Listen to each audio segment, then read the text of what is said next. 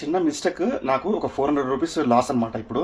So morning అయితే 4 అవుతుంది. నాకు విపరీతమైన ఆకలిస్తుంది. తిన్నాక ఏం లేదని చెప్పేసి నేను ఏం చేసిన అంటే స్విగ్గీలో ఒకటి చూస్తాను అనమాట. ఏమన్నా బ్రేక్ఫాస్ట్ ఇక్కడ దగ్గర అవైలబుల్ ఉన్నాయని చూస్తున్నా. బట్ కొంచెం పిచ్చి అయిందో కానీ చికెన్ రోల్స్ అవి చూస్తా ఉన్నా. సో పోనీ అని చెప్పి కార్ట్లో యాడ్ చేసాను. ఆఫర్స్ కార్ట్లో యాడ్ చేసిన అనమాట. యాడ్ చేసిన తర్వాత బై మిస్టేక్ పే అని కొట్టేసిన. అది పే లెటర్ ఆప్షన్ సెలెక్ట్ అయ్యి ఉండడం వల్ల ఏమైందంటే అది ఆర్డర్ అనేది వెళ్ళిపోయింది.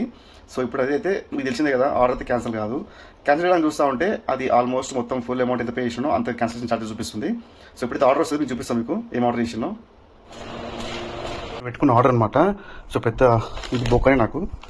బయటికి వెళ్తే 50 రూపాయలు అయిపోయేది, 412 అనమాట. హెచ్ఆర్ఎస్ నుంచి ఇది ఒకటి అయితే ఇచ్చిందనమాట, thank you card. So 2 rolls అయితే ఆర్డర్ పెట్టుకున్నాను నేను. 2 క్యాచెస్ వచ్చినాయి, ఫిష్ వచ్చింది, చూసారు కదా. రోల్ అయితే ఉంది లోపల.